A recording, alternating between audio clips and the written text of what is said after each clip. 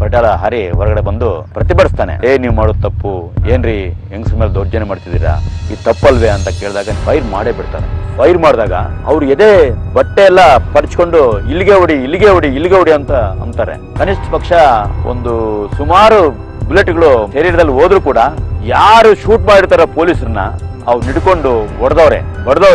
ಪರಿಟಾಲ ರವೀಂದ್ರ ಅವರು ನನ್ನನ್ನು ಸಾಯಿಸ್ತಾರೆ, ಶಾಂತ ವಾತಾವರಣ ಒದಗಿಸ್ಕೊಂಡು ಅನ್ನೋ ಉದ್ದೇಶಕ್ಕಾಗಿ ಊರೇ ಬಿಡ್ತಾರೆ. ಊರು ಬಿಟ್ಟು ಸುಮಾರು 12 ವರ್ಷಗಳ ನಂತರ ಅವರು ಜನಗಳು ಕಾಣಿಸ್ಕೊಂತಾರೆ. ಟಿವಿ ಬ್ಲಾಸ್ಟ್ ಇಟ್ಟಿರ್ತಾರೆ.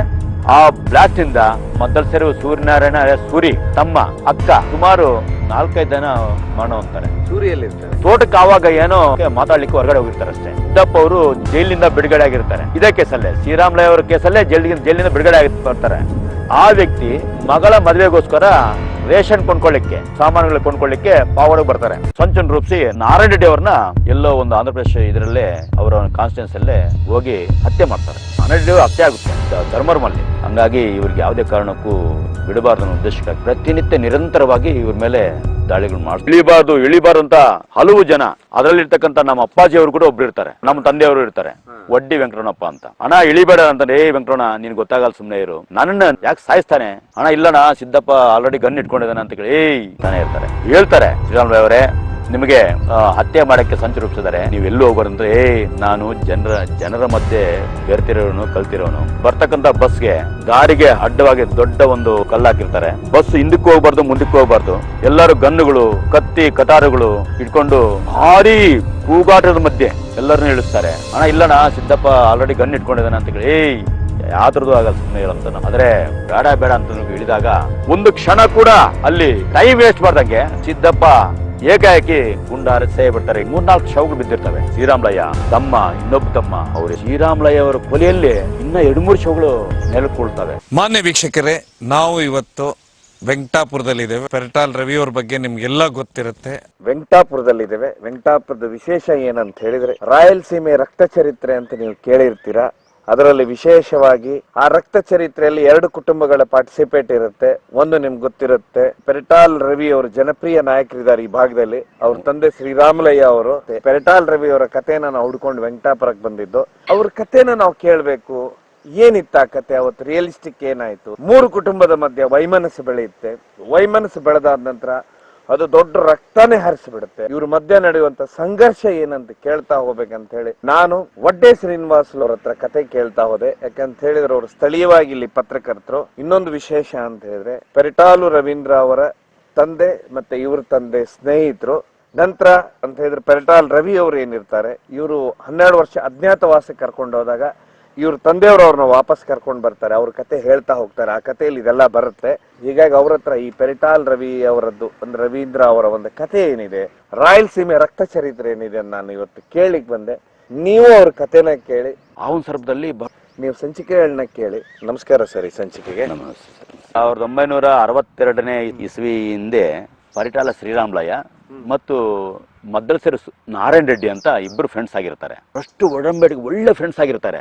ಆ ಒಡಂಬಡಿಕೆಯ ಸ್ನೇಹಿತರ ಮಧ್ಯೆ ಭಿನ್ನಾಭಿಪ್ರಾಯಗಳು ಹೆಂಗುಟ್ಟು ಅಂದ್ರೆ ಜಮೀನ್ದಾರ ಪರವಾಗಿರೋರೊಬ್ರು, ಬಡವರ ಪರವಾಗಿರೋರು ಒಬ್ರು, ಹಂಗೆ ವ್ಯತ್ಯಾಸಗಳು ಹುಡ್ತವೆ. ಜಮೀನ್ದಾರ ಪರವಾಗಿ ನಾರಾಯಣ ರೆಡ್ಡಿ ಹೋಗ್ತಾನೆ, ಬಡವರ ಪರವಾಗಿ ಶ್ರೀರಾಮುಲಯ್ಯ ಹೋದಾಗ ಮದ್ದಲಸೇರು ಗ್ರಾಮಕ್ಕೂ ಶ್ರೀರಾಮುಲಯ್ಯ ವೆಂಕಟಾಪುರಕ್ಕೂ ಕೇವಲ 15 ಕಿಲೋಮೀಟರ್ ಅಂತರ ಇರುತ್ತೆ. ಒಂದೇ ಕಾನ್ಸ್ಟಿಟ್ಯೂನ್ಸಿನೇ. ಅನಂತಪುರ ಜಿಲ್ಲೆ, ಆಗ ಅನಂತಪುರ ಜಿಲ್ಲೆ, ಈಗ ಸಾಯಿಬಾಬಾ ಜಿಲ್ಲೆ. ಈಗ ಪುಟ್ಟಪರ್ತಿ ಸಾಯಿಬಾಬಾ ಜಿಲ್ಲೆ, ಮದ್ದಲಸೇರು ಮತ್ತು ವೆಂಕಟಾಪುರ, ಅದರ ಮಧ್ಯೆ ಕೇವಲ 15 ಕಿಲೋಮೀಟರ್ ಅಂತರದಲ್ಲಿ ಇರುತ್ತೆ. ಈ ಒಂದು ಊರುಗಳು ಬಹಳ ಚೆನ್ನಾಗಿರ್ತಾವ. ಆಗ ಕಾಲಕ್ರಮೇಣ ಒಬ್ಬ ಜಮೀನ್ದಾರ್ ಪರವಾಗಿ ಆಗ್ತಾರೆ ನಾರಾಯಣ ರೆಡ್ಡಿ ಅವರು, ಒಬ್ರು ಬಡವರ ಬಗ್ಗೆ ಯೋಚನೆ ಮಾಡೋರು ಇರ್ತಾರೆ ಶ್ರೀರಾಮುಲಯ್ಯ ಅವರು. ಅಂದ್ರೆ ಆಗಿನ ಕಾಲ ಉಳ್ಳವರು ಭಾರೀ ಜಮೀನುಗಳು ಕಟ್ಕೊಂಡಿದ್ರು.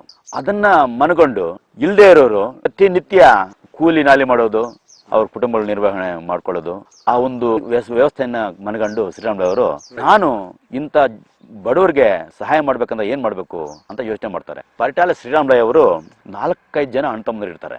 ನಾರಾಯಣ ರೆಡ್ಡಿ ಅವರು ಕೂಡ ಅವ್ರದೇ ಅಂತ ಹಿನ್ನೆಲೆ ಹೊಂದಿರ್ತಾರೆ, ಅವ್ರದೇ ಅಂತ ಬಂಧು ಬಳಗ ಹೊಂದಿರ್ತಾರೆ. ಎಲ್ಲಾ ರೈತಾಪಿಗಳು ಕಡೆ ಯೋಚನೆ ಮಾಡೋರು, ಬಡವರ ಕಡೆ ಯೋಚನೆ ಮಾಡೋರು ಇರ್ತಾರೆ. ಬಡವರ ಪರವಾಗಿ ಶ್ರೀರಾಮುಲಯ್ಯ ನಿಲ್ತಾನೆ, ಉಳ್ಳವರ ಪರ ನಾರಾಯಣ ರೆಡ್ಡಿ ನಿಲ್ತಾನೆ. ಚುನಾವಣೆಯಲ್ಲಿ ಅಂದು ಕಾಂಗ್ರೆಸ್ ಚುನಾವಣೆಯಲ್ಲೂ ಕೂಡ ನಾರಾಯಣ ರೆಡ್ಡಿ ಅವರು MLA ಆಗಿ ಗೆಲ್ತಾರೆ. ಅದಾದ ಒಂದು ಬೆನ್ನಲ್ಲೇ ಇವರು ಹೋರಾಟದ ಕಿಚ್ಚೆತ್ಕೊಂಡು ಸರ್ಕಾರದ ವಿರುದ್ಧ ಹೋರಾಟ ಚಳವಳಿಗೆ ಭಾಗವಹಿಸಬೇಕಾದ್ರೆ ಒಬ್ಬ ಸ್ನೇಹಿತ ಪ್ರತಿಯೊಂದನ್ನು ಗ್ರಾಮಾಂತರ ಪ್ರದೇಶ ಮಟ್ಟದ ಜನಸಾಮಾನ್ಯರಿಗೆ ತಿಳುವಳಿಕೆ ಮೂಡಿಸ್ತಾನಲ್ಲ ಅಂತ ಉದ್ದೇಶದಿಂದ ಇವರಿಗೆ ಭಾರಿ ತೊಂದರೆ ಕೊಟ್ಟಕ್ಕೆ ಶುರು ಮಾಡ್ತಾರೆ. ಆಗ ಶ್ರೀರಾಮುಲು ಅವರ ಕುಟುಂಬದಲ್ಲಿ ಒಂದು ಹೆಣ್ಣು ಮಗಳನ್ನ ಮದ್ದಲು ಸೇರು ಕೊಟ್ಟಿರ್ತಾರೆ. ಮದ್ದಲು ಸೇರು ಕೊಟ್ಟಿರ್ತಕ್ಕಂತ ಹೆಣ್ಣು ಮಗಳಿಗೆ ನಾರಾಯಣ ರೆಡ್ಡಿ ಅವರು ಅವ್ರ ಸಂಬಂಧಿಕರು ಆ ಒಂದು ಹೆಣ್ಣು ಮಗಳಿಗೆ ಅವಹೇಳನ ಮಾಡ್ತಾರೆ. ಆಯಮ್ಮ ರಾತ್ರೋರಾತ್ರಿ ಬಂದು 4 ಜನ ಅಣ್ಣ ತಮ್ಮ ತಿಳಿಸ್ತಾರೆ, ಅಣ್ಣ ನೀನು ಹೋರಾಟ ಹೋರಾಟ ಹೋರಾಟ ಅಂತ ಹೋಗ್ತೀಯ, ಆದ್ರೆ ನೀನು ಹೋರಾಟ ನನ್ನ ಕುಟುಂಬಕ್ಕೆ ಭಾರಿ ತೊಂದರೆ ಆಗ್ತಾ ಇದೆ, ಯಾತಕ್ಕಣ ಮಾಡ್ತೀಯ ಅಂತ. ಏನು ಮಾಡುದು ಏನ್ ಕತೆ ಅಂತ ಕೇಳ್ತಾರೆ ತಂಗಿನ. ಆಯಮ್ಮ ಹತ್ಕೊಂಡು ಈ ತರ ಮಾಡ್ತಾರೆ ಅಣ್ಣ, ಹೇಳಲಾರದ ಒಂದು ವಿಷಯನ ಆ ತರ ಹೇಳ್ತಾರೆ. ಅವನು ಒಬ್ಬ ನನ್ನ ಸ್ನೇಹಿತನಾಗಿ ಅವನು ಜಮೀನ್ದಾರ್ ಪರ ಇದ್ರೂ ಕೂಡ ನಾನು ಏನು ಮಾಡ್ತಾರಿಲ್ಲ, ಬಟ್ ನಿನ್ಗೆ ತೊಂದರೆ ಕೊಟ್ಟವನಲ್ಲಮ್ಮ, ನಿನಗಾಗ್ಲಿ ಬೇರೆಯವ್ರಿಗೆ ಹಿಂಗ ಇಲ್ಲಣ್ಣ, ಪ್ರತಿಯೊಬ್ಬ ಕುಟುಂಬಕ್ಕೂ ಇದೇ ಕಿರುಕುಳ ಕೊಡ್ತಾರೆ ಅಂತ ಆಯಮ್ಮ ಮನೋವ್ಯತೆಯಿಂದ ಹೇಳ್ತಾರೆ. ಆಗ ಉದ್ಯಮ ಚಳವಳಿಯನ್ನ ಭಾರಿ ಪ್ರೇರೇಪಿಸ್ಕೊಂಡು ಬಡವರು ಬಗ್ಗರೆಲ್ಲ ಒಗ್ಗಟ್ಟಾಗಿ ನಿಂತ್ಕೊಂಡು ಚಳವಳಿ ಭಯಂಕರವಾಗಿ ಚಳವಳಿ ಮಾಡ್ತಾರೆ ಉಳ್ಳವರ ವಿರುದ್ಧ. ರೈತ ಸಂಘ ಚಳವಳಿ ಅಂತ. ಆ ಒಂದು ರೈತ ಸಂಘ ಬೇಕಾದ್ರೆ ಕೆಲವರು ಸರ್ಕಾರಿ ಆಸ್ತಿಗಳನ್ನ ಕಬಳಿಸ್ಕೊಂಡಿರ್ತಾರೆ. ಆ ಸರ್ಕಾರಿ ಆಸ್ತಿಗಳನ್ನ ಕಬಳಿಸ್ಕೊಳ್ಳಿಕ್ಕೆ ಬಹಳಷ್ಟು ಕಬಳಿಸ್ಕೊಂಡಿರ್ತಕ್ಕಂಥ ಜಮೀನುಗಳನ್ನ ಬಡವರಿಗೆ, ನಿರ್ಗತಿಕರಿಗೆ, ಎಲ್ಲ ಬಡವರಿಗೂ ಹಂಚೋಣ ಅಂತ ಶ್ರೀರಾಮುಲುಗೆ ತಲೆಯಲ್ಲಿ ಓಡುತ್ತೆ. ಹಂಗಾಗದ ಒಂದು ಕನಿಷ್ಠ ಪಕ್ಷ ಒಂದು 5-6 ವರ್ಷಕ್ಕೆ ರಾಜಕೀಯವಾಗಿ ನಾರಾಯಣ ರೆಡ್ಡಿ ಅವರು ಬೆಳ್ತಾರೆ, ಹೋರಾಟಗಳಲ್ಲಿ ಶ್ರೀರಾಮುಲು ಬೆಳ್ತಾರೆ. ಆ ಒಂದು ಕಿಚ್ಚು ತಾರಸ್ಥಾಯಿಗೆ ಇರುತ್ತೆ, ಭಾರಿ ಕಿಚ್ಚು ಹತ್ಕೊಳ್ಳುತ್ತೆ. ಅವರಿಗೆ ಅಧಿಕಾರ ಅಂಬಲ, ಇವರಿಗೆ ಜನರ ಸೇವೆ ಅಂಬಲ. ಈ ತರ ಹಂಚ್ಕೊಂಡು ಅಧಿಕಾರದಿಂದ ನಾನು ಏನೇನ ಪಡಿಬೇಕಂತ ಅವನಿಗೆ ಭಾರಿ ಕಿಚ್ಚಿರುತ್ತೆ ನಾರಾಯಣ ರೆಡ್ಡಿ ಅವರಿಗೆ. ಜನರ ಸೇವೆ ಮಾಡಿದ್ರೆ ಎಂದೊಂದು ದಿವಸ ನಾನು ನಾಯಕನಾಗ್ಬೋದು, ನಾನು ನಾಯಕನಾಗಿದ್ರು ಬರಲ್ಲ, ಜನರು ನೆಮ್ಮದಿಯಾಗಿ ಬದುಕಬೇಕಂತ ಆಸೆ ಅಂಬಗಳು ಈ ನಮ್ಮ ಶ್ರೀರಾಮುಲು ಇರುತ್ತೆ. ಕಾಲಕ್ರಮೇಣ ಹೊಡೆದಾಟಗಳು, ಬಡದಾಟಗಳು ಶುರು. ನಕ್ಸಲ್ಸ್ ಬಂದಿದ್ದು ಬಡವರಿಗೆ ಬಗ್ಗರಿಗೆ ಅನ್ಯಾಯದಾಗ ಶ್ರೀರಾಮುಲು ಸೇವೆ ಮನೋಭಾವವನ್ನ ಬಡವರು ಅದನ್ನ ಅಪೇಕ್ಷೆ ಪಡ್ತಾ ಇರ್ತಾರೆ. ಶ್ರೀರಾಮುಲುರವರಿಗೆ ಜನರ ಬೆಂಬಲ ಇರುತ್ತೆ ಹೊರತು ಆಯುಧ ಸಂಪತ್ತಾಗ್ಲಿ, ಅಧಿಕಾರ ಸಂಪತ್ತಾಗ್ಲಿ ಯಾವ್ದು ಇರಲ್ಲ. ಪೊಲೀಸ್ ಅಧಿಕಾರಿ ಕೂಡ ಇವರಿಗೆ ಹತ್ರಕ್ಕೆ ಬಂದಿರಲ್ಲ. ಆವಾಗ ಈ ಚಳವಳಿಯನ್ನ ಮನಗಂಡು ಅಂದು ನಕ್ಸಲ್ಸ್ ತೆಲಂಗಾಣ, ಆಂಧ್ರ ಕಡೆ ನಕ್ಸಲ್ಸ್ ಪ್ರಭಾವಿತ ಪ್ರಾಂತಗಳಲ್ಲಿ ಬೆಳೀತಕ್ಕಂತ ಒಂದು ಸನ್ನಿವೇಶಗಳನ್ನ ಮನಗಂಡು ಇಲ್ಲಿ ಕೆಲವೊಂದು ಪ್ರಾಂತೀಯ ಪಕ್ಷಗಳು, ಪ್ರಾಂತೀಯ ನಕ್ಸಲೈಟ್ಗಳು ಈ ಒಂದು ಮಾಹಿತಿಯನ್ನ ಕಂಡುಕೊಂಡು ಅವರು ಆಟೋಮೆಟಿಕ್ ಆಗಿ ರಾಜ್ಯ ಮಟ್ಟದಲ್ಲಿ ಗುರ್ತಿಸ್ಕೊಂಡಾಗ ಅವರು ಸಂಪೂರ್ಣ ನಾವು ಇಷ್ಟು ವರ್ಷ ಕೂಡ ಇಷ್ಟು ಜನಕ್ಕೂ ಕೂಡ ನಾವು ಸಹಾಯ ಮಾಡಿಲ್ಲ, ರಾಜ್ಯ ನಾಯಕರಾಗಿ ನಕ್ಸಲ್ ಸಿದ್ಧಾಂತಗಳು ಇಟ್ಕೊಂಡು ಸಹಾಯ ಮಾಡಿಲ್ಲ, ಒಬ್ಬ ರೈತ ಕೂಲಿ ಸಂಘದ ನಾಯಕನಾಗಿ ಶ್ರೀರಾಮುಲು ಅವರು ಕೆಲಸ ಮಾಡ್ತಾ ಇರ್ಬೇಕಾದ್ರೆ ನಾವು ಯಾಕೆ ಇವರಿಗೆ ಒತ್ತು ಕೊಡಬಾರ್ದು, ಸಪೋರ್ಟ್ ಕೊಡಬಾರ್ದು ಅಂತ ತೀರ್ಮಾನಿಸ್ಕೊಂಡು ಇವ್ರಿಗೆ ಜನರ ಬೆಂಬಲದೊಂದಿಗೆ ನಕ್ಸಲ್ಸ್ ಎಲ್ಲ ಸಪೋರ್ಟ್ ಮಾಡಿ. ಆಗ ಇವೆಲ್ಲ ಮನಗಂಡು ನಾರಾಯಣ ರೆಡ್ಡಿ ಅವರು ಶ್ರೀರಾಮುಲು ಅವರನ್ನ ಹತ್ಯೆ ಸಂಚು ಮಾಡಲಿಕ್ಕೆ ಪುತ್ತಿರು ಮಾಡ್ತಾರೆ. ಇಲ್ಲಿ ಕೊಂಡಪಲ್ಲಿ ಸೀತಾರಾಮಯ್ಯ ಅನ್ನೋರು ನಕ್ಸಲ್ಸ್ ಪ್ರಭಾವಿ ನಾಯಕ. ಅವರು ಮೂಲತಃ ತೆಲಂಗಾಣದಲ್ಲಿ ನಕ್ಸಲ್ಸ್ ಹುಟ್ಟಾಕಿರೋ ಮುಖ್ಯಸ್ಥರು. ಅವರೆಲ್ಲ ಮನಗೊಂಡು ಶ್ರೀರಾಮುಲು ಅವರಿಗೆ ಸಪೋರ್ಟ್ ಮಾಡ್ತಾರೆ. ಸಪೋರ್ಟ್ ಮಾಡಿದ ಬೆನ್ನಲ್ಲೇ ಇವರು ಭಾರಿ ಇನ್ನ ಎಲ್ಲರಿಗೂ ಭೂಮಿ ಇಲ್ಲದವ್ರಿಗೆ ಭೂಮಿ ಕೊಡ್ಸೋದು, ಜಮೀನು ಕೊಡ್ಸೋದು, ಭೂಮಿ ಕೊಡ್ಸೋದು, ಮದುವೆ ಮಾಡೋದು, ಮುಂಜಿ ಮಾಡೋದು, ಅವರ ಕಷ್ಟಕ್ಕೆ ಭಾರಿ ಇವರ ಒಂದು ಜೀವನ ಮುಡುಪಾಗಿರ್ತಾರೆ. ಎಲ್ಲ ಮನಗೊಂಡು ಎಷ್ಟೇ ಜಮೀನ್ದಾರರಾದರೂ ಕೂಡ ನಾವು ಯಾವುದೇ ಕಾರಣಕ್ಕೂ ಶ್ರೀರಾಮುಲು ಅವ್ರನ್ನ ಮುಟ್ಲಿಕ್ಕೆ ಆಗಲ್ಲ ಅಂತ ಒಂದು ಮನವರಿಕೆ ಮಾಡ್ಕೊಂಡು ನಾರಾಯಣ ರೆಡ್ಡಿ ಅವರು ಶ್ರೀರಾಮುಲು ಅವರು ಸುತ್ತಮುತ್ತಲು ಇರ್ತಕ್ಕಂಥವ್ರನ್ನೇ ನಾವು ಬಳಸ್ಕೊಂಡು ಒಂದು ಪ್ಲಾನ್ ಮಾಡ್ಬೇಕಂತ ಯೋಚನೆ ಮಾಡ್ತಾರೆ. ಆಗ ಪ್ಲಾನ್ ಮಾಡೋಷ್ಟೊತ್ತಿಗೆ ಶ್ರೀರಾಮುಲು ಅವರು ಕೂಡ ಈ ಒಂದು ಅನಂತಪುರ ಜಿಲ್ಲೆಯಲ್ಲಿ ಪ್ರಭಾವಿ ನಾಯಕರಾಗಿ, ಪ್ರಭಾವಿಗಳಾಗಿ ಗುರ್ತಿಸ್ಕೊಂಡಿರ್ತಾರೆ. ಅಂತ ಸಂದರ್ಭದಲ್ಲಿ ಈ ನಕ್ಸಲ್ಸ್ ಕೂಡ ಬಡವರಿಗೆ ಬಗ್ಗರಿಗೆ ಅನ್ಯಾಯ ಮಾಡ್ತಕ್ಕಂತ ದಂಡುಕೋರರ ವಿರುದ್ಧ ಈ ನಕ್ಸಲ್ಸ್ ನಾಯಕರು ಸಂಚನ್ನು ರೂಪಿಸಿ ನಾರಾಯಣ ರೆಡ್ಡಿ ಅವರನ್ನ ಎಲ್ಲೋ ಒಂದು ಆಂಧ್ರ ಪ್ರದೇಶ ಇದರಲ್ಲೇ ಅವರ ಕಾನ್ಸ್ಟಿಟ್ಯೂನ್ಸ್ ಅಲ್ಲೇ ಹೋಗಿ ಹತ್ಯೆ ಮಾಡ್ತಾರೆ. ನಾರಾಯಣ ರೆಡ್ಡಿ ಹತ್ಯೆ ಆಗುತ್ತೆ ಧರ್ಮರ್ಮಲ್ಲಿ. ಫಸ್ಟ್ ನಾರಾಯಣ ರೆಡ್ಡಿ ಹತ್ಯೆ ಆಗುತ್ತೆ ನಕ್ಸಲ್ಸರಿಂದ. ಹತ್ಯೆ ಆದಾಗ ಈ ಒಂದು ಚಳವಳಿಗಳು, ಹೋರಾಟಗಳು ಮುಖ್ಯ ಕಾರಣದಿಂದ ಇದನ್ನ ನಮ್ಮನ್ನ ಟಾರ್ಗೆಟ್ ಮಾಡಿದ್ರಲ್ಲ ಅನ್ನೋ ಉದ್ದೇಶಕ್ಕಾಗಿ ಶ್ರೀರಾಮುಲು ಅವರಿಗೂ ಆ ನಕ್ಸಲ್ಸ್ಗೂ ಈ ಹತ್ಯೆಗೂ ಸಂಬಂಧನೇ ಇರೋದಿಲ್ಲ. ನಕ್ಸಲ್ಸ್ಗಳು ಈ ರೈತ ಕೂಲಿ ಸಂಘಕ್ಕೂ ನಕ್ಸಲ್ಸ್ಗೂ ಸಂಬಂಧನೇ ಇಲ್ಲ. ಅಂತದ್ರಲ್ಲಿ ಅವರು ಶ್ರೀರಾಮುಲು ಅವರನ್ನ ಟಾರ್ಗೆಟ್ ಮಾಡ್ತಾ ಬರ್ತಾರೆ. ನಾರಾಯಣ ರೆಡ್ಡಿ ಅವರ ಅನುಯಾಯಿಗಳು. ನಾರಾಯಣ ರೆಡ್ಡಿ ಅವರು ಹತ್ಯೆ ಆದ್ಮೇಲೆ ಕನ್ನಮುಕ್ಕಲ್ ಚೆನ್ನಾರೆಡ್ಡಿ ಅಂತ ಒಬ್ಬ MLA ಬರ್ತಾರೆ. ಅವರ ಒಂದು ಫಾಲೋಯರ್, ಅವರು MLA ಆಗ್ತಾರೆ. ಸ್ನೇಹಿತ ಎಂಬ ಮನೋಭಾವನೆ ನಾರಾಯಣ ರೆಡ್ಡಿ ಅವ್ರಿಗಿತ್ತು, ಶ್ರೀರಾಮುಲು ಅವ್ರಿಗಿತ್ತು. ಕನ್ನಮುಕ್ಕಲ್ ಚೆನ್ನಾರೆಡ್ಡಿ ಬೇರೊಬ್ಬ ವ್ಯಕ್ತಿ. ಹಂಗಾಗಿ ಇವ್ರಿಗೆ ಯಾವುದೇ ಕಾರಣಕ್ಕೂ ಬಿಡಬಾರ್ದು ಅನ್ನೋ ಉದ್ದೇಶಕ್ಕಾಗಿ ಕನ್ನಮುಕ್ಕಲ್ ಚೆನ್ನಾರೆಡ್ಡಿ ಅವರು ಪ್ರತಿನಿತ್ಯ ನಿರಂತರವಾಗಿ ಇವ್ರ ಮೇಲೆ ದಾಳಿಗಳು ಮಾಡಿಸ್ತಾನೆ ಇರ್ತಾರೆ. ಪೊಲೀಸ್ ದಾಳಿ ಇರ್ಬೋದು, ಮಾರಣಾದಿಗಳಿಂದ ಅವು ಇವು ಎಲ್ಲೇನೋ ಮಾಡ್ತಾ ಇರ್ತಾರೆ. ಇವೆಲ್ಲ ನಿಭಾಯಿಸ್ಕೊಂಡು ಬರ್ಬೇಕಾದ್ರೆ ಒಂದು ಪ್ಲಾನ್ ಮಾಡ್ತಾರೆ ಅವರು. ಶ್ರೀರಾಮುಲಯ್ಯ ಅವರು ಒಂದು ಮದುವೆಗೆ ಬರ್ಬೇಕಾಗುತ್ತೆ ಕರ್ನಾಟಕಕ್ಕೆ. ಆಂಧ್ರ ಕರ್ನಾಟಕ ನಮ್ಗೆ ಭಾರಿ ಹತ್ತಿರ ಸಂಬಂಧಗಳು. ಶ್ರೀರಾಮುಲಯ್ಯ ಅವರ ಊರು ವೆಂಕಟಾಪುರ ಆದ್ರೆ ಅದು ಆಂಧ್ರ ಪ್ರದೇಶ. ಈ ಕಡೆ ಒಳ್ಳೂರು ಎಂಬ ಗಡಿ ಪ್ರಾಂತ್ಯ, ಆಂಧ್ರ ಕರ್ನಾಟಕ ನಮ್ ಗಡಿ ಪ್ರಾಂತ್ಯ. ಆ ಊರಿಗೆ ಬರ್ಬೇಕಂತ ಬರ್ತಾ ಇರ್ತಾರೆ. ಆಂಧ್ರದಿಂದ ಕರ್ನಾಟಕಕ್ಕೆ ಬರ್ತಾ ಇರ್ತಾರೆ ಮದುವೆಗೆ. ಬರ್ಬೇಕಾದ್ರೆ ಮೊದಲು ಸೇರಿ ಅವ್ರ ಕುಟುಂಬಸ್ಥರು, ಕನ್ನಮುಕ್ಕಲ್ ಚೆನ್ನಾರೆಡ್ಡಿ ಕುಟುಂಬಸ್ಥರು ಎಲ್ಲ ಸೇರ್ಕೊಂಡು ಒಂದು ಜನಾಂಗನೇ ಅವರನ್ನ ವಿರೋಧಿಸ್ಕೊಂಡು ಬಂದಿರ್ತಾರಲ್ಲ, ಆ ಜನಾಂಗವು ಇವ್ರ ಮೇಲೆ ಟಾರ್ಗೆಟ್ ಮಾಡ್ಕೊಂಡು ನಾವು ಅವರ ಹತ್ರ ಹೋಗಕ್ಕೂ ಏನು ಆಗಲ್ಲ ಎಂಬ ಉದ್ದೇಶ ಮನವರಿಕೆ ಮಾಡ್ಕೊಂಡು ಇವರಲ್ಲಿ ಇರ್ತಕ್ಕಂಥ ಸ್ನೇಹಿತರನ್ನ ಬಳಸ್ಕೊಂಡು ಶ್ರೀರಾಮುಲಯ್ಯ ಅವ್ರನ್ನ ಕ್ಯಾತಕಾಂಚಲ್ ಸಿದ್ದಪ್ಪ ಎಂಬವರ ವ್ಯಕ್ತಿಯಿಂದ ಕೊಲೆ ಮಾಡಿಸ್ತಾರೆ. ಕ್ಯಾತಕಾಂಚಲ್ ಸಿದ್ದಪ್ಪ ಅನ್ನೋರು ಶ್ರೀರಾಮುಲಯ್ಯ ಒಡನಾಟದಲ್ಲಿ ತುಂಬಾ ಹತ್ತಿರದಲ್ಲಿರ್ತಕ್ಕಂಥ ವ್ಯಕ್ತಿ. ಅಂತ ವ್ಯಕ್ತಿಯನ್ನ ಆಸೆ ಅಂಶಗಳು ಒಡ್ಕೊಂಡು ಬೇರೊಬ್ಬರು ಶ್ರೀರಾಮುಲಯ್ಯ ವಿರುದ್ಧವಾಗಿರ್ತಾರಲ್ಲ, ಅವರು ಆಸೆ ಅಂಶಗಳು ಒಡ್ಡಿ ಒಂದು ಪಿತೂರಿ ರಾಜಕೀಯ ನಡೆಸಿ ಇವ್ರನ್ನ ಸಿದ್ದಪ್ಪ ಅವ್ರ ಕೈಯಲ್ಲೇ ಮದುವೆಗೆ ಬರ್ತಕ್ಕಂತ ಸನ್ನಿವೇಶದಲ್ಲಿ ಸಾಯಂಕಾಲ 3 ಗಂಟೆ ಸಮಯದಲ್ಲಿ ದೊಡ್ಡವರಳ್ಳಿ ವಿಚಾರ ಶ್ರೀರಾಮುಲಯ್ಯ ಮತ್ತು ಅವ್ರ ಕುಟುಂಬ ಸುಮಾರು 4-5 ಜನ ಅಣ್ಣ ತಮ್ಮಂದಿರು ಇರ್ತಾರೆ. ಅಣ್ಣ ತಮ್ಮಂದಿರು, ಅತ್ತಿಗೆ ಅವರು, ಮೈದುಳು ಅವರು ಎಲ್ಲರೂ ಹೋಗ್ತಾ ಇರ್ತಾರೆ. ಶ್ರೀರಾಮುಲಯ್ಯ ವೆಂಕಟಾಪುರದಿಂದ ಬಿಡಬೇಕಾದ್ರೆ ಬಿಟ್ಟು ಒಂದು 4-5 ಕಿಲೋಮೀಟರ್ ಬಂದ ಕ್ಷಣದಲ್ಲಿ ಕರ್ನಾಟಕದಲ್ಲಿರ್ತಕ್ಕಂಥ ಕ್ಯಾತಕಾಂಚರ್ಲಿ ಎಂಬ ಗ್ರಾಮ ಹತ್ರ ರಸ್ತೆಗೆ ಕಲ್ಲಾಕಿ ಕಟ್ಟು ಕಟ್ಟಿರ್ತಾರೆ. ಏನು ಇದು ಅಂತ ಶ್ರೀರಾಮುಲಯ್ಯ ಅವರಿಗೆ ಹೊಡಿತಾರೆ ಅಂತ ಏನು ಅವ್ರಿಗೆ ಮನವರಿಕೆ ಆಗಿರಲ್ಲ. ಆದ್ರೆ ಅದನ್ನ ಅಡ್ಡಗಟ್ಟಾಗಿ ಊರೂರು ಅವ್ರನ್ನ ವಿರೋಧಿಸ್ಕೊಂಡು ಬಂದಿರ್ತಾರಲ್ಲ, ಈ ಕೆಲವೊಂದು ಸನ್ನಿವೇಶದಲ್ಲಿ ವಿರೋಧಿ ಪಕ್ಷಗಳು ರೂಪಿಸ್ಕೊಂಡಿರೋದು ಗೊತ್ತಿರಲ್ಲ.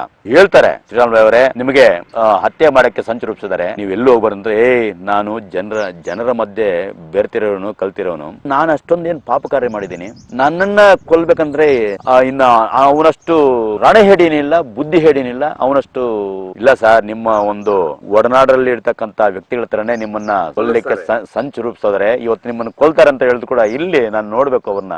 ಆಯ್ತು, ನಾನು ಮಾತಾಡ್ತೀನಿ, ಸಾಯಿಸಿಕ್ ಬರ್ಲ್ ಬಿಡೋದಿಕ್ಕೆ ಅಂತ ಹೇಳ್ತಾರೆ. ಅಂದು ಬಂದಾಗ ಶ್ರೀರಾಮುಲಯ್ಯ ಅವರ ಬಲಗೈ ಬಂಟ ಕ್ಯಾತಕಾಂಚಲ್ ಸಿದ್ದಪ್ಪ ಅವರಿಂದ ಶ್ರೀರಾಮುಲಯ್ಯ ಅವರನ್ನ ಕೊಲಿಸ್ತಾರೆ. ಬರ್ತಕ್ಕಂತ ಬಸ್ಗೆ ದಾರಿಗೆ ಅಡ್ಡವಾಗಿ ದೊಡ್ಡ ಒಂದು ಕಲ್ಲು ಹಾಕಿರ್ತಾರೆ. ಬಸ್ ಹಿಂದಕ್ಕೂ ಹೋಗ್ಬಾರ್ದು, ಮುಂದಕ್ಕೂ ಹೋಗ್ಬಾರ್ದು.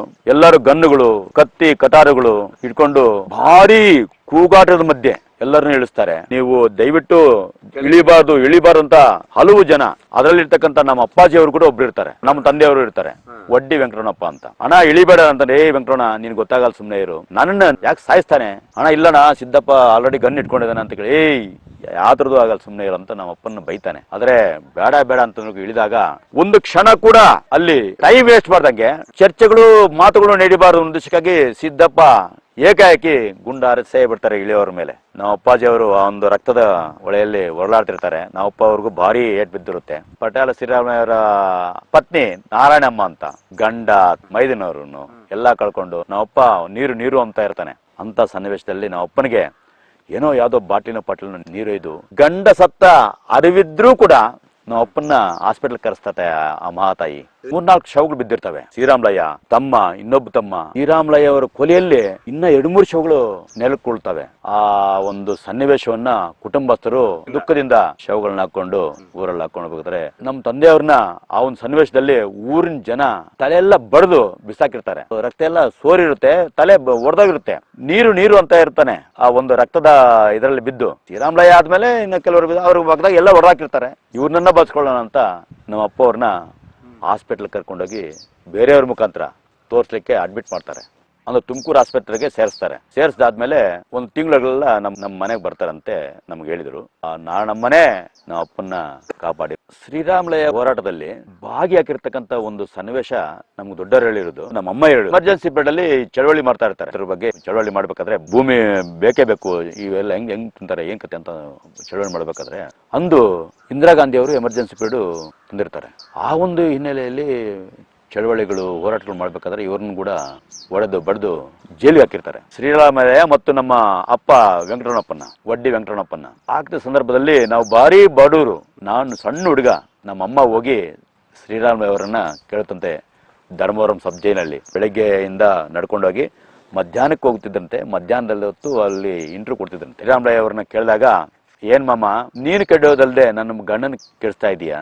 ನಾವು ಭಾರಿ ಬಡವರು ಮಾಮ, ನಮ್ಮ ಸಂಸಾರನೇ ಹಾಳಾಗ್ತಾ ಇದೆ, ನಮ್ ಕುಟುಂಬ ವ್ಯವಸ್ಥೆನೇ ಸರ್ವನಾಶ ಆಗ್ತಿದೆ. ಹೋರಾಟ ಅಂತ ಹೇಳ್ಬಿಟ್ಟು ನಾವು ಈ ಮಕ್ಕಳು ನಾನು ಯಾಕೆ ಮಾಮ ಹೆಂಗ್ ಮಾಮ ಸಾಕೋದು? ನೀನು ಉಳ್ಳೋನ್ ಮಾಮ, ನಿನ್ಗಂತೂ ಸ್ವಲ್ಪ ಅಷ್ಟು ಸ್ವಲ್ಪ ಜಮೀನ್ ಐತೆ, ನಮ್ಗೇನಿಲ್ಲ ಮಾಮ, ನಾವ್ ಹೆಂಗ್ ಮಾಡೋದು? ನಿನ್ನ ತಮ್ಮನ್ನ ಈ ತರ ಜೈಲಿನಲ್ಲಿ ಇಟ್ಟು ನಮ್ ಸಂಸಾರ ನಡೆಸೋದು ಸಾಧ್ಯವೇ ಅಂತ ಕೇಳ್ತಾರೆ. ಸೊಸೆ, ಯಾವುದೇ ಕಾರಣಕ್ಕೂ ನಿನ್ನ ಗಂಡನಾದ ವೆಂಕಟಪ್ಪನ ನಾನು ಕೆಡ್ಸಲ್ಲಮ್ಮ.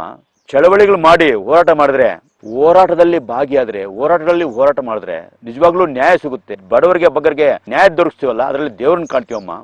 ಅಕಸ್ಮಾತ್ ನಿನ್ನ ಗಂಡನಿಗೆ ಏನನ್ನ ನಾನು ತೊಂದರೆ ಮಾಡಿದ್ರೆ ನಿನ್ನ ಕುಟುಂಬದಲ್ಲಿ ಜೀವಮಾನ ಇರುವವರೆಗೂ ನಿನ್ನ ಮನೆಯ ದೀಪವಾಗಿ ಬೆಳಿತೀನಮ್ಮ ಅಂತ ಮಾತು ಕೊಡ್ತಾರೆ. ಅದಾದ್ಮೇಲೆನೆ ಸಿದ್ದಪ್ಪ ಅವರ ಕೈಯಲ್ಲಿ ಹತ್ಯೆ ಆಗಿದ್ದು. ಹತ್ಯೆ ಆದ ನಂತರ ಶ್ರೀರಾಮುಲು ಅವರಿಗೆ ಇಬ್ಬರು ಮಕ್ಕಳು ಇರ್ತಾರೆ. ದೊಡ್ಡವರು ಪರಿಟಾಲ ರವಿ, ಸಣ್ಣವರು ಪರಿಟಾಲ ಹರಿ ಅಂತ. ಅವರು ಭಾರಿ ಶ್ರೀರಾಮುಲುಗಿಂತ ಜನರ ಮಧ್ಯೆ ಭಾರಿ ಒಡನಾಟ ಇರುತ್ತೆ. ಭಾರಿ ಉತ್ತಮವಾದ ಚಳವಳಿಗಳನ್ನು ನಡೆಸ್ತಾ ಇರ್ತಾರೆ. ಅಂದಿನ ಸರ್ಕಾರದಲ್ಲಿ ಗೆದ್ದು ಬೀಗಿರ್ತಕ್ಕಂತ ಕನ್ನಮುಕ್ಕಲ್ ಚೆನ್ನಾರೆಡ್ಡಿ ಅವರು ಯಾವುದೋ ಒಂದು ಸನ್ನಿವೇಶದಲ್ಲಿ ಗೋಲಿಬಾರ್ ಮಾಡಿಸಿ ಸಾಯಿಸ್ತಾರೆ ಪರಿಟಾಲ ಹರಿ ಅವ್ರನ್ನ.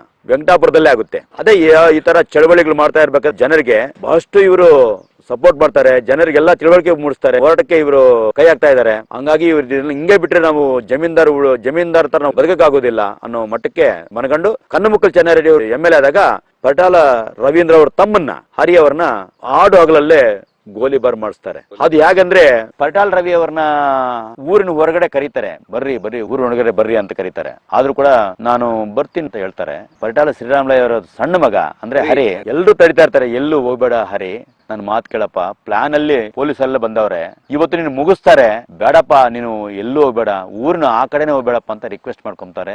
ಏಡಿ ತರ ಬಚ್ಚಿಕೊಳ್ಳೋದಕ್ಕಿಂತ ಸಿಂಹದ ತರ ಸಾಯೋದೇ ಮೇಲು ಅಂತ ನಿರ್ಣಯಿಸ್ಕೊಂಡು ಹೊರಗಡೆ ಬರ್ತಾನೆ. ಹೊರಗಡೆ ಬಂದ್ರೂ ಕೂಡ ಅವನ್ನ ಜನ ಬಿಟ್ಕೊಡದೆ ಸುಮ್ನೆ ಇರ್ತಾರೆ. ದೌರ್ಜನ್ಯಗಳು ಅಲ್ಲೇ ಮೀರಿ ಹೆಂಗಸರ ಮೇಲೆ ಅಮಾನವೀಯ ಕೃತ್ಯಗಳಿಂದ ಪರಿಟಾಲ ಹರಿ ಹೊರಗಡೆ ಬಂದು ಪ್ರತಿಭಟಿಸ್ತಾನೆ. ನೀವು ಮಾಡೋದು ತಪ್ಪು, ಏನ್ರಿ ಹೆಂಗಸರ ಮೇಲೆ ದೌರ್ಜನ್ಯ ಮಾಡ್ತಿದ್ದೀರಾ, ಈ ತಪ್ಪಲ್ವೇ ಅಂತ ಕೇಳಿದಾಗ, ನೀನೇ ಅವನು ಕೇಳಕ್ಕೆ ನಮ್ ಪೊಲೀಸ್ ಪ್ರೊಟೆಕ್ಷನ್ ಬಂದಿದೆ, ಇನ್ನೊಂದ್ಸತಿ ಹೊರಗಡೆ ಬಂದ್ರೆ ನಿನ್ನ ಮುಗಿಸ್ತೀವಿ, ನಿಮ್ಮ ಅಪ್ಪನ ಮುಗಿಸ್ದಂಗೆ ಅಂತ ಎಚ್ಚರಿಕೆ ಕೊಡ್ತಾರೆ. ಕೊಟ್ಟಾದ್ಮೇಲೆ ಕೂಡ ಇವಾಯ ಅದನ್ನ ಪ್ರತಿಭಟನೆ ಮಾಡ್ತಾರೆ, ದೌರ್ಜನ್ಯ ಮಾಡ್ತಿರ್ತಾರೆ. ಆವಾಗ ಏಕಾಏಕಿ ಕನ್ನಮುಕ್ಕಲ್ ಚೆನ್ನಾರೆಡ್ಡಿ ಕಾಲದಲ್ಲಿ ಅವ್ರನ್ನ ಫೈರ್ ಮಾಡೇ ಬಿಡ್ತಾರೆ. ಫೈರ್ ಮಾಡಿದಾಗ ಅವ್ರು ಎದೆ ಬಟ್ಟೆ ಎಲ್ಲ ಪರ್ಚ್ಕೊಂಡು ಇಲ್ಲಿಗೆ ಹೊಡಿ ಅಂತ ಅಂತಾರೆ. ಕನಿಷ್ಠ ಪಕ್ಷ ಒಂದು ಸುಮಾರು ಬುಲೆಟ್ಗಳು ಶರೀರದಲ್ಲಿ ಹೋದ್ರು ಕೂಡ ಆ ವಯ್ಯ ಇಂಜರಿದ್ರೇನಲ್ಲ. ಯಾರು ಶೂಟ್ ಮಾಡಿರ್ತಾರ ಪೊಲೀಸರನ್ನ ಅವ್ರು ನಿಡ್ಕೊಂಡು ಬಡ್ದವ್ರೆ ಲಾಸ್ಟ್ಗೆ ಇನ್ನೇನು ಶರೀರದಲ್ಲಿಕ್ಕಂತ ಕರಳು ಅವೆಲ್ಲ ಬಂದ ತಕ್ಷಣ ಆವೇನೆ ಕಟ್ಕೊಂಡು ಪ್ರಾಣ ಬಿಟ್ಟು. ಇದು ಸತ್ಯ, ಯಾಕಂದ್ರೆ ಜನರು ನೋಡಿರೋರು ಎಲ್ಲ ಹೇಳಿದ್ದಾರೆ. ಅಂತ ಧೈರ್ಯಸ್ಥ, ಅಂತ ಚಳವಳಿಗಾರ, ಹೋರಾಟಗಾರ, ಮತ್ತೆ ಜನರ ಕಾಳಜಿ ಉಳ್ಳ ವ್ಯಕ್ತಿ ಆಗುತ್ತೆ. ನನ್ನ ತಮ್ಮನ್ನೇ ಸಾಯಿಸಿದ್ರಲ್ಲ ಎಂಬ ಮನಗಂಡು ಪರಿಟಾಲ ರವೀಂದ್ರ ಅವರು ನನ್ನನ್ನು ಸಾಯಿಸ್ತಾರೆ, ನಾನು ಇವರಿಗೆ ಬಲಿಯಾದ್ರೆ ಮುಂದಿನ ಪೀಳಿಗೆಗೆ ಕನಿಷ್ಠ ಪಕ್ಷ ನ್ಯಾಯ ಕೊಡೋರು ಯಾರು ಇಲ್ಲ, ಶಾಂತ ವಾತಾವರಣ ಒದಗಿಸೋಣ ಅನ್ನೋ ಉದ್ದೇಶಕ್ಕಾಗಿ ಊರೇ ಬಿಡ್ತಾರೆ. ಊರು ಬಿಟ್ಟು ಸುಮಾರು 12 ವರ್ಷಗಳ ನಂತರ ಅವರು ಜನಗಳು ಕಾಣಿಸ್ಕೊಂತಾರೆ. ಅವರು 12 ವರ್ಷಗಳ ಕಾಲ ಆಂಧ್ರ ಮತ್ತು ಕರ್ನಾಟಕ ಭಾಗಗಳಲ್ಲಿ ಇರ್ತಾರೆ. ಅವ್ರದ್ದು ಭಾರಿ ಸಿಂಪಲ್ ಲೈಫ್. ಪರಿಟಾಲ ರವೀಂದ್ರ ಅವ್ರದ್ದು ಒಂದು ಲುಂಗಿಯಲ್ಲಿ ಕನಿಷ್ಠ ಪಕ್ಷ ಆ 8-10 ವರ್ಷ ಇರೋರು ಅಂತ ಭಾರಿ ಸರಳ ವ್ಯಕ್ತಿ. ಹೊಸ ಬಟ್ಟೆ ಆಗದೆ, ಹೊಸ ಲುಂಗಿ ಆಗದೆ ಕನಿಷ್ಠ ಪಕ್ಷ 12 ವರ್ಷಗಳ ಕಾಲ ಬದುಕ್ತವ್ರೆ.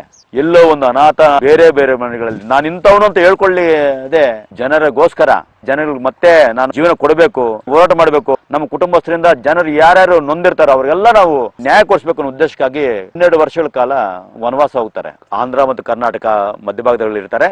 ಅದು ಚಿತ್ರದುರ್ಗ ಜಿಲ್ಲೆನೆ ಹಿರಿಯೂರು ಹತ್ರ, ಹಿರಿಯೂರು ತಾಲ್ಲೂಕು ಮೇಟಿಕುರ್ಕಿ ಅಂತ ಒಂದು ಗ್ರಾಮ ಇದೆ. ಅಲ್ಲಿ 6-7 ವರ್ಷ ಇರ್ತಾರಲ್ಲಿ. ಆ ಒಂದು ಊರಲ್ಲಿ ಸೇವಕನಾಗಿ, ಒಬ್ಬ ರೈತನಾಗಿ ಕೆಲಸ ಮಾಡ್ಕೊಂಡಿರ್ತಾನೆ. ಆ ಊರವ್ರಿಗೂ ಗೊತ್ತಿರಲ್ಲ ಇವ್ರು ಪರಿಟಾಲ ರವಿ ಅವರೇ ಅಂತನೋದು. 5-6 ವರ್ಷ ಸತತವಾಗಿ ಕೆಲಸ ಮಾಡ್ಕೊಂಡು ಉಳುಮೆದಾರ, ವ್ಯವಸಾಯಗಾರ, ಮೊದಲಿಂದನೂ ಅವ್ರು ವ್ಯವಸಾಯ ಮಾಡ್ಕೊಂಡ್ ಬಂದಿರೋರು. ಹಂಗಾಗಿ ಅವ್ರ ಮನೆಯಲ್ಲಿ ಒಂದು ಜೀತದಾಳಾಗಿ ಕೆಲಸ ಮಾಡಿಕೊಂಡು ಸುಮಾರು 8-10 ವರ್ಷಗಳ ಕಾಲ ಅಲ್ಲಿ ಕಳೀತಾನೆ. ಪರಿಟಾಲ ಶ್ರೀರಾಮುಲು ಅವರು ವ್ಯವಸಾಯಸ್ಥ ಕುಟುಂಬದಲ್ಲಿ ಹುಟ್ಟವರು. ಆ ವ್ಯವಸಾಯಸ್ಥ ಕುಟುಂಬದಲ್ಲಿ ಹುಟ್ಟಿರೋರು ಪರಿಟಾಲ ರವೀಂದ್ರ ಮತ್ತು ಪರಿಟಾಲ ಹರಿ. ಕೇವಲ ಒಂದು 10-9ನೇ ಕ್ಲಾಸ್ ಓದಿರ್ಬೋದು. ನಾನು ಅವರಿಗೆ ಆಗಿನ ಕಾಲಕ್ಕೆ ಇಂಡಿಯನ್ ಎಕ್ಸ್ಪ್ರೆಸ್, ದ ಹಿಂದೂ ಕೊಡ್ತಿದ್ದೆ. ಅವರು ನಮ್ಮ ಮನೆ ಹತ್ರ ಬರ್ಬೇಕಾದ್ರೆ Indian express, the Hindu English ಪೇಪರ್ಗಳು ಓದ್ತಿದ್ರು. ಆ ಒಂದು 12 ವರ್ಷಗಳ ಮಧ್ಯದಲ್ಲಿ ಅವರಿಗೆ ಶ್ರೀಮತಿ ಸುನೀತಮ್ಮ ಮದುವೆ ಆಗುತ್ತೆ. 12 ವರ್ಷಗಳ ಮಧ್ಯದ ಅವಧಿಯಲ್ಲಿ ಅವರು ವೆಂಕಟಾಪುರಕ್ಕೆ ಯಾವಾಗ ಬರ್ತಿದ್ರು, ಯಾವಾಗ ಹೋಗಿದ್ರು ಯಾರಿಗೂ ಮನದಟ್ಟಿಲ್ಲ. ಮದುವೆ ಸರಳವಾಗಿ ಅದೇ ವೆಂಕಟಾಪುರದಲ್ಲಿ ನಡೆದಿತ್ತು. ಭಾರಿ ವಿಜೃಂಭಣೆಯಾಗಿ ಚೆನ್ನಾಗಿ ನಡೆದಿತ್ತು. ಎಲ್ಲರೂ ಸುಮಾರು ವ್ಯಾಪ್ತಿ ಬರುವ ಎಲ್ಲಾ ಊರುಗಳವರು ಬಂದು ಸುಮಾರು ಜನ ಪಾಲ್ಗೊಂಡಿದ್ರು. ನಕ್ಸಲ್ಸ್ ಲೀಡರ್ಗಳು ಪಾಲ್ಗೊಂಡಿದ್ರು, ಚಳವಳಿ ಇರ್ತಕ್ಕಂತ ಮುಖಂಡರು ಭಾಗವಹಿಸಿದ್ರು. ಅಂದ್ರೆ ಅವ್ರು ಯಾಕಪ್ಪ ಈ ತರ ಊರಲ್ಲಿ ಇರಲು ಸನ್ನಿವೇಶ ಇಲ್ದಾಗ ಇನ್ನ ನನ್ನ ತಮ್ಮನ್ನೇ ಸಾಯಿಸಿದ್ರಲ್ಲ, ನನ್ನ ಇದು ತರ ಹತ್ಯೆ ಮಾಡ್ತಾರ ಅನ್ನೋ ಉದ್ದೇಶಕ್ಕಾಗಿ ಅವರು 12 ವರ್ಷಗಳ ಕಾಲ ವನವಾಸ ಹೋಗಿದ್ದು ನಿಜ. ಅದು ಆಂಧ್ರ ಪ್ರದೇಶಕ್ಕೆ ತಿಳಿದ ವಿಷಯ. ನಾವೇನು ಹೊಸದಾಗಿ ಹೇಳೋಕೆ ಅವಶ್ಯಕತೆ ಇಲ್ಲ.